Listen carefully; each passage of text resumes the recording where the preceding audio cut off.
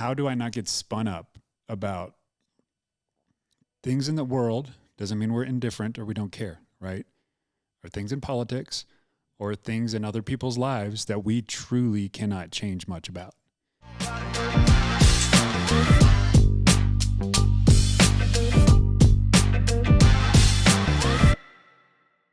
Hey guys, welcome to the Something New Show. I'm Mindi Linscombe, your co-host with my husband Jordan, and we are here to help you learn how to live a life worth celebrating, both in your family, in your personal relationships, in your work, and lots of different ways. And today we are talking about a topic that I think is so important to both entrepreneurs and just honestly anyone who might ever have the feeling of worry. So we want to talk about how to manage and avoid worry, in any season you might be in, but worry can be such a killer of progress. And so we want to talk about how we manage worry and kind of our thoughts on worry. So I want to open with a scripture that I think has been our mantra when it comes to this topic. And it is from Matthew 6:34. It says, "Therefore, do not worry about tomorrow, for tomorrow will worry about itself. Each day has enough trouble of its own." And I just think about how, we've had so many seasons, almost 20 years of marriage. We're in our 40s. We've, had so many things you can worry about. We even talk to our kids about things they're worried about. And, worry is a very strong emotion. And I think it's really important to recognize it when you're starting to snowball into worry. I even think about our election season and how people all sides of it say we're worried. And I'm just, really hoping that our audience are people that can grab a hold of that emotion and really keep it in its place. And so I think today's episode will be so helpful to say, okay, how can we explore, what worry means? It is basically focusing on the emotional and mental energy spent on things that are beyond our control. And when we worry, it has a big impact. Do you want to tell us about impacts of worry can have on our health, our mind, everything else? Yeah, for sure. So it's pretty proven that it can damage someone's health, their system, their cellular health, if they're dealing too much with anxiety, just basic worry. So I think there's more than enough research and science out there that's becoming clearer and clearer to all of us in this day and age. Now, then our challenge is how do we manage it, right? With the busyness of life, with things beyond our control.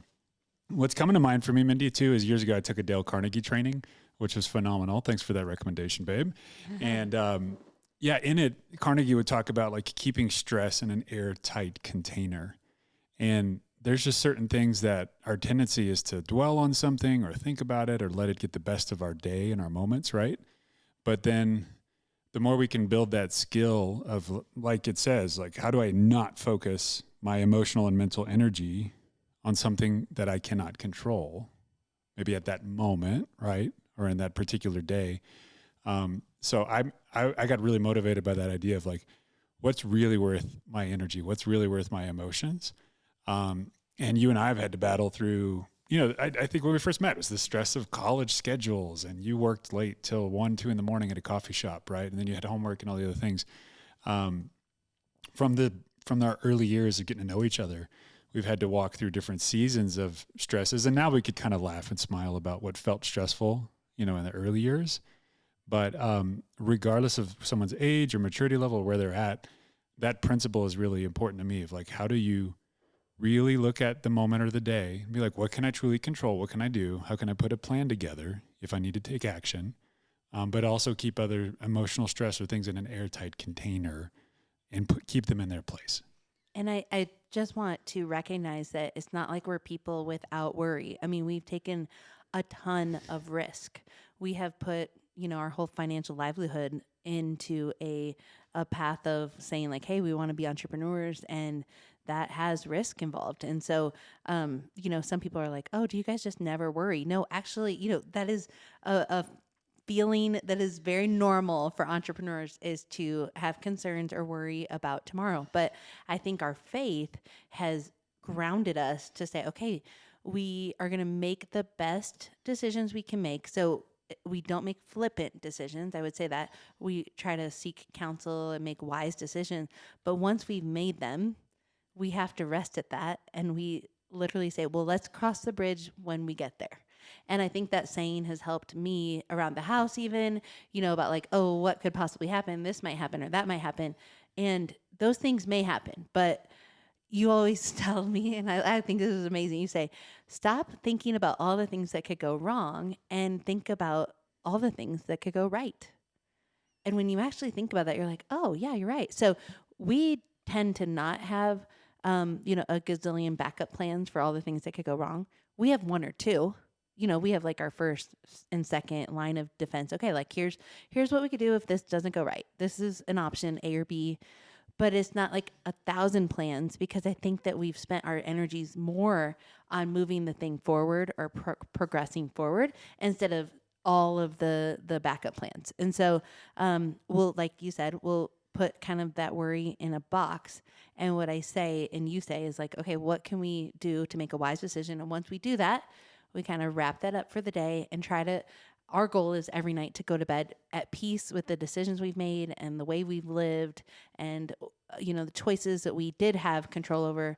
Did we do a good job? Honor God with those, honor each other, our family, or whatever. And so when we go to bed, we're like, okay, that was the best we had. And then giving each other grace when things don't go as well and you have to do those other plans. But by worrying and consuming our thoughts about the future, when so many variables could happen, it wastes so much time. It can waste so much time. So, and like you said, health, it can waste a lot of health too. Yeah. And I think it's important for all of us to keep in mind, like we only have so many hours in a day. We only really have so much emotional energy. Right. And there's also a factor that comes in with decision fatigue, right? If people, especially if they're leading a team or running a business or they're parenting, multiple children or even one, you do get tired of making decisions at a certain point. So I know, we know some leaders we respect, like they try to make all their main decisions by Thursday, in the way they structure their meetings and their days and other things, so that they are managing that well. So I think it's a reality check for all of us, right? Of like, first, how do I not get spun up about things in the world? Doesn't mean we're indifferent or we don't care, right? Or things in politics, or things in other people's lives that we truly cannot change much about. How do we manage it? Because we husbands, wives, whoever, we all have those conversations. You get in a car, like, oh, did you see this in the news or that or another? And it's easy to get emotionally worked up and frustrated about your core values or your beliefs. This episode is sponsored by Something Blue 30A. Looking for the perfect vacation spot to disconnect from everything, put your feet in the softest sand, and enjoy a fresh, renovated 2-bedroom, 2.5-bath townhouse right on the beach in my favorite place in the world? Well, 30A is situated in the Panhandle of Florida, and I'd love for you to check out Something Blue 30A on Instagram and make it the perfect place for your next vacation. We have a lot of people in our family, children, but like we have friends and extended relatives and things going through hard things. Yeah. You have an extended relative that just got someone, their child got diagnosed with cancer. We have so many things that you can carry. And what I think our approach has been is like, how can we show up for those people, totally love on them and support and be absolutely in the trenches, but also not carry the mental weight of what the outcome may be, because we can't change the outcome.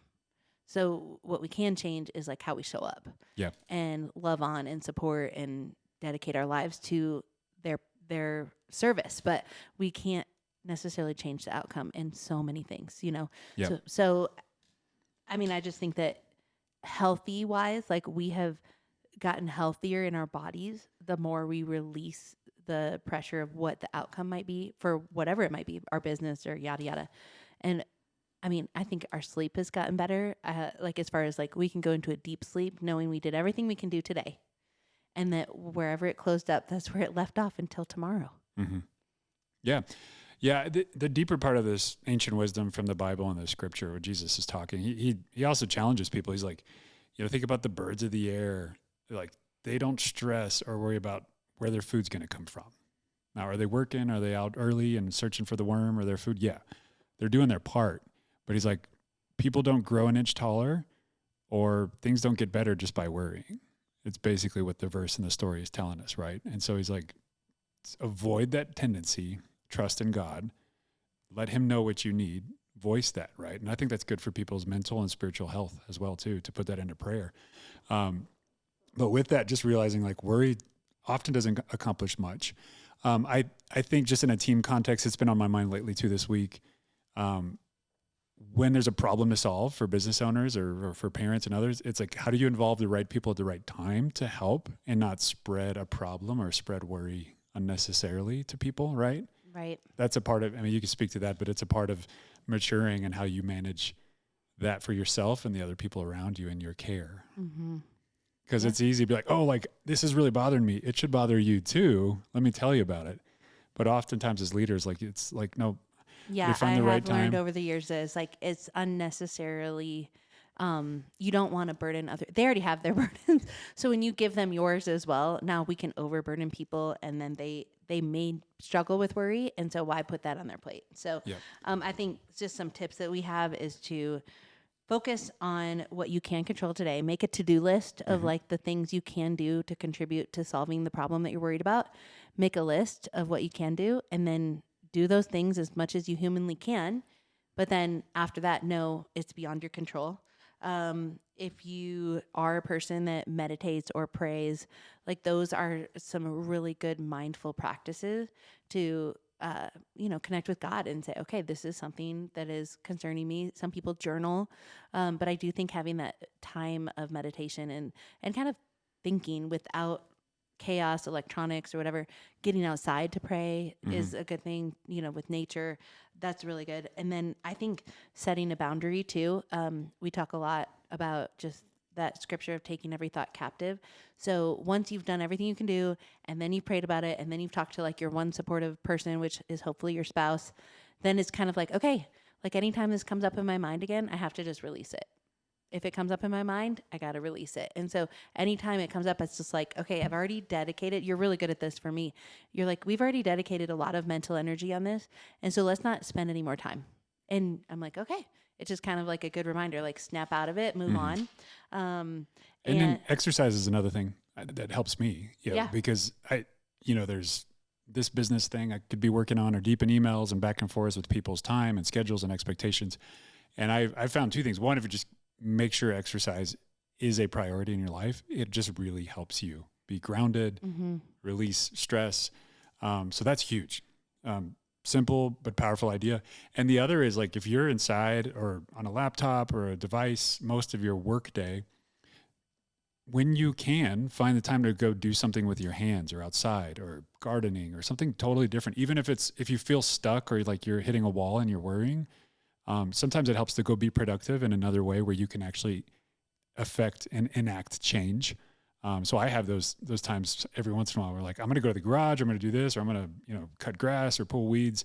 And I know I will feel accomplished, at least for me as an Enneagram 3.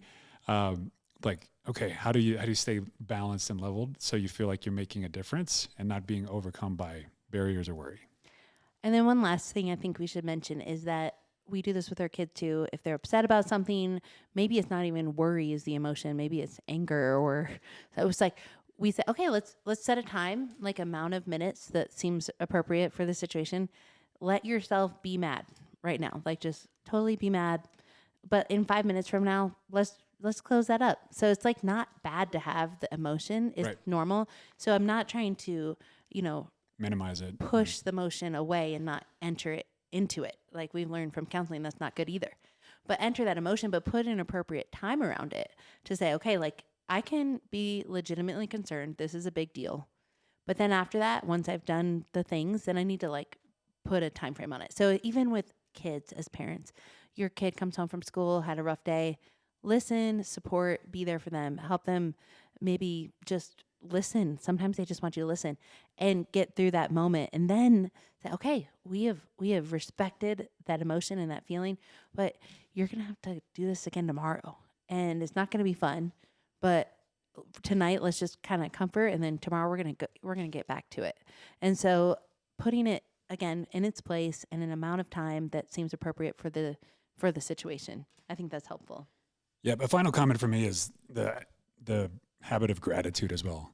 over the weekend, I had a moment as a dad where I wanted to have some of our ATVs and things all ready. And like, I had this plan in our mind of what Saturday was going to look like. And we had a football game for our kid in the middle of all that. And it wasn't working. It wasn't flowing. I felt extremely frustrated. I was like, why didn't I have this ready earlier? Why isn't this working? Fast forward, we went to the football game. Then we go out to like a brunch as a family and starting to calm down. But I just forced myself to realize, like, these are the moments and the days that we are so grateful for and we prayed for at one point when one of our kids was battling cancer. They're like, we would have done anything for a Saturday morning like that when we were in the hospital. So gratitude is the main idea. Like, regardless of somebody's situation, when you reflect in gratitude of like, what can I be grateful for? Even if it's really hard, even if it's tough and it doesn't feel very genuine, what is at least one thing we can be grateful for each day, in spite of challenges that come our way? Well, and I'm just trying to think of everybody listening that is going into their fourth quarter of business. Maybe this hasn't been their best year. There's people going through hard times with their families. There are people that are really worried about the election. I mean, there are so many things I feel like going on in natural disasters, hurricanes. Mm-hmm. I mean, there's so much in the atmosphere right now with worry. And a lot of it's out of people's control. It's a lot. I can't control hurricanes, you know what I'm saying? And I can't control who becomes president of any country. I can't control, a lot that we carry sometimes. But you know what we have control over is our attitude today, our gratitude. We have control over how our kids, feel loved when they get picked up from school. We have control over, how we take care of our customers and our business. We have control over how we manage our money and our finances to make sure we don't live outside our budget.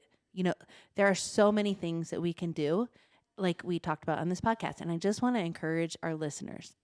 If you are feeling heavy in this fourth quarter, just remember, like, there is so much more good things coming for you.